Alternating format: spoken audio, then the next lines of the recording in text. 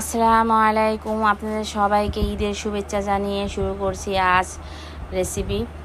আজ আপনাদের জন্য নতুন একটি রেসিপি নিয়ে আসলাম। সেটা হলো লিচি ড্রিঙ্ক কীভাবে ঘরোয়াভাবে বানাবো সেটি আপনাদের সাথে শেয়ার করব। এই লিচি ড্রিঙ্কটা দেখা যায় একবার যদি যে কেউ দেখবে সেই বানাতে পারবে। দেখা যায় কোনো কেমিক্যাল ছাড়া একদম অরিজিনাল এই ড্রিঙ্কটা। বাইরে থেকে আপনি কিনা খাবেন, দেখা যায় ওটার মধ্যে কেমিক্যাল থাকে। আর এইভাবে যদি আপনি ঘরে বানিয়ে খাবেন তাহলে এই লিচি ড্রিঙ্কটার মধ্যে কোনো কেমিক্যাল নাই, একদম অরিজিনাল।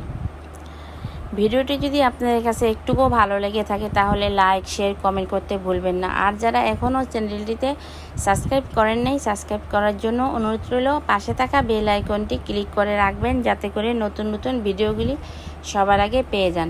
ভিডিওটা প্রথম থেকে শেষ পর্যন্ত দেখবেন এবং আমার পাশে থাকবেন। চলুন মূল ভিডিওতে চলে যাই।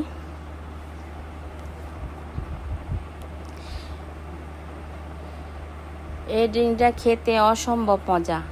বাইরে যে কিনা খায় সেই ড্রিঙ্কের চাইতেও খেতে অনেক সুস্বাদু ও মজাদার।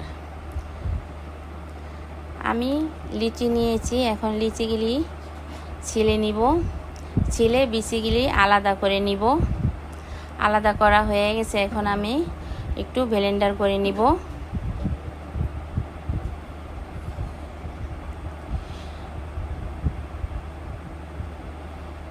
ব্লেন্ডার করা হয়ে গেছে, এখন আমি একটা চাকনি নিয়েছি, চাকনি দিয়ে আমি এখন সেঁকে নিব। চামি দিয়ে চাপ দিয়ে রসটা বের করে আমি এগুলা ফেলে দিব। আমি চিনি দিব, ভিনেগার দিব 1 টেবিল চামচ দিয়ে বা চিনিটা ভালো করে মিক্স করে নিব। আমি জুসগুলি একটা গ্লাসে ঢেলে নিব।